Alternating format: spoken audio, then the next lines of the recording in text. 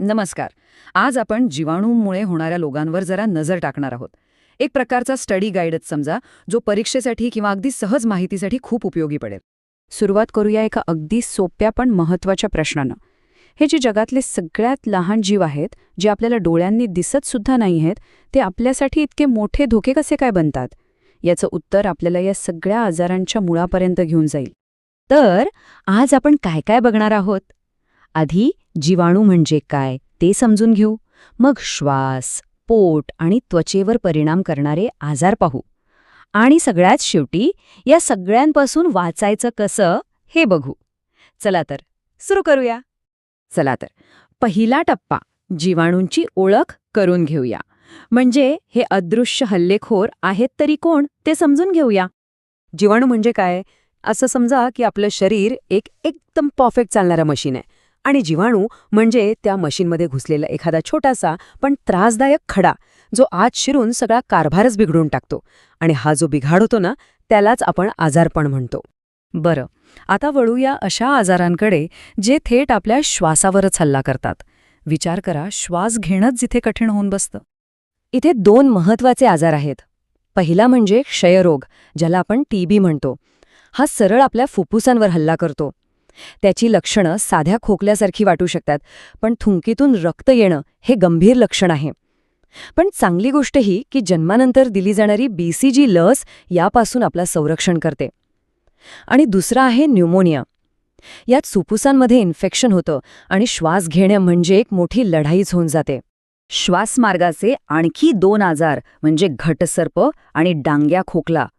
घटसर्पामध्ये घशात एक जाड थर तयार होतो, ज्यामुळे श्वास अडकतो. तर डांग्या खोकल्याची उबळ तर इतकी भयानक असते की थांबायचं नावच घेत नाही. पण एक इंटरेस्टिंग गोष्ट आहे, या दोन्ही शत्रूंना हरवण्यासाठी आपल्याकडे एकच शस्त्र आहे, DPT लस. हे नाव नीट लक्षात ठेवा, कारण याची आपल्याला पुढेही गरज लागणार आहे. चला, आता श्वासाच्या त्रासातून बाहेर पडून पोटाकडे येऊया. म्हणजे असे आजार जे आपल्या पचनसंस्थेवर हल्ला करतात. इथे पण 2 मोठे खेळाडू आहेत. एक आहे विषमज्वर किंवा टायफॉइड. यात ताप काही केल्या उतरत नाही. आणि दुसरा आहे पटकी म्हणजे कॉलेरा. हा तर खूपच धोकादायक, कारण यात उलट्या जुलाबांमुळे शरीरातलं पाणी इतक्या झपाट्याने कमी होतं की काही तासांतच परिस्थिती गंभीर होऊ शकते. आणि इथेच एक जादूची गोष्ट कामी येते, ती म्हणजे ORS. तर हे ORS म्हणजे काय भानगड आहे? काय रॉकेट सायन्स नाहीये. याचं पूर्ण नाव आहे ओरल रिहायड्रेशन सोल्युशन. सोप्या भाषेत सांगायचं तर, आजारपणात शरीरातून जे पाणी आणि महत्त्वाचे क्षार निघून जातात, ते परत भरून काढणारे एक जीवनदायी मिश्रण. हे साधंचं पाकिट कॉलरासारख्या आजारात अक्षरशः जीव वाचवतं. ओके, पोटाचं झालं. आता वळूया त्वचेकडे आणि स्नायूंकडे. म्हणजे असे आजार जे आपल्या शरीराच्या बाहेरच्या आवरणावर हल्ला करतात. यामध्ये पहिला येतो कुष्ठरोग, जो त्वचेवर परिणाम करतो. आणि दुसरा आहे धनुर्वात म्हणजे टिटॅनस. लोखंडाची वस्तू लागली की आपण लगेच याचं इंजेक्शन घेतो, बरोबर? कारण जखमेतून हे जीवाणू शरीरात गेले तर स्नायूंना इतकं ताणतात की जबडासुद्धा उघडता येत नाही. आणि परत एकदा तेच ओळखीचं नाव समोर येते, DPT लस, धनुर्वातापासून बचावासाठी. तर आता तुम्हाला कळलं असेल, D म्हणजे डिफ्थेरिया किंवा घटसर्प, P म्हणजे पर्ट्युसिस म्हणजेच डांग्या खोकला, आणि T म्हणजे टिटॅनस म्हणजेच धनुर्वात. म्हणजे बघा, 3 वेगवेगळे खतरनाक आजार आणि त्यांवर उपाय फक्त एक, DPTची लस. एका लसीमुळे 3 शत्रूंना आपण दूर ठेवू शकतो. हे किती भारी आहे नाही का?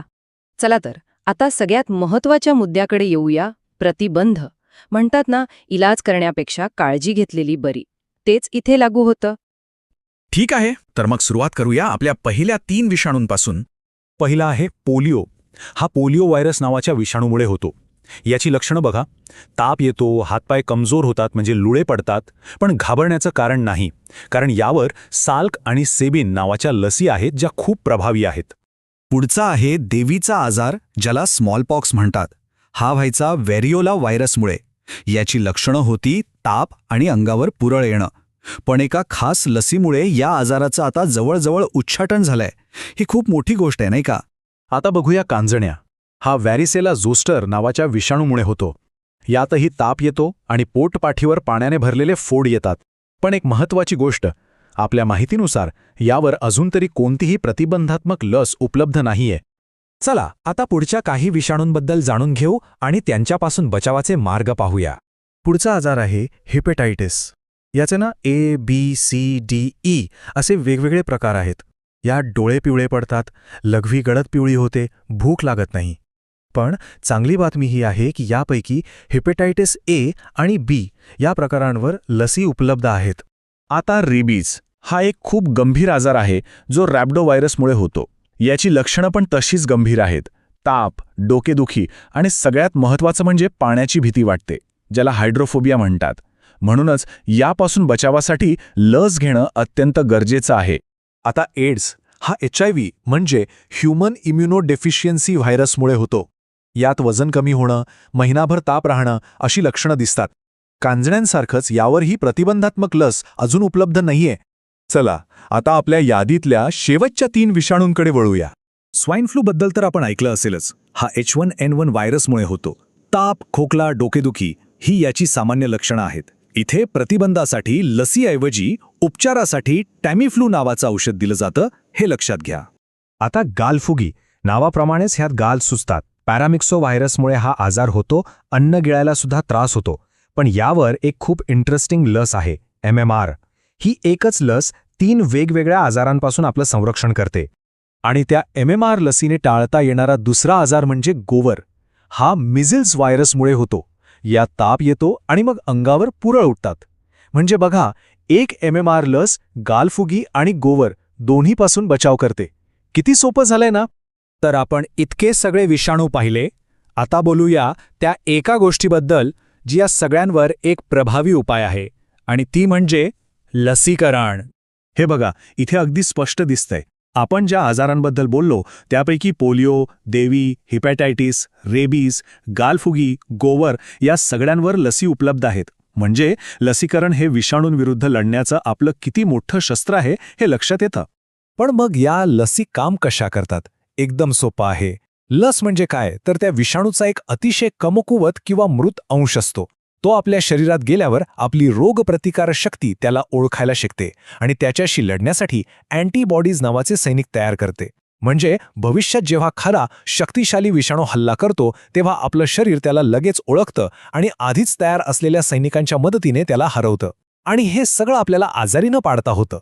तर मग या सगळ्या चर्चेतून आपण काय शिकलो? काय आहे या सगळ्याचा सार? सगळ्यात महत्त्वाची गोष्ट ही आहे की या विषाणूंची माहिती ठेवणं आणि लसीकरणासारखे प्रतिबंधात्मक उपाय करणं हीच निरोगी आयुष्याची गुरुकिल्ली आहे.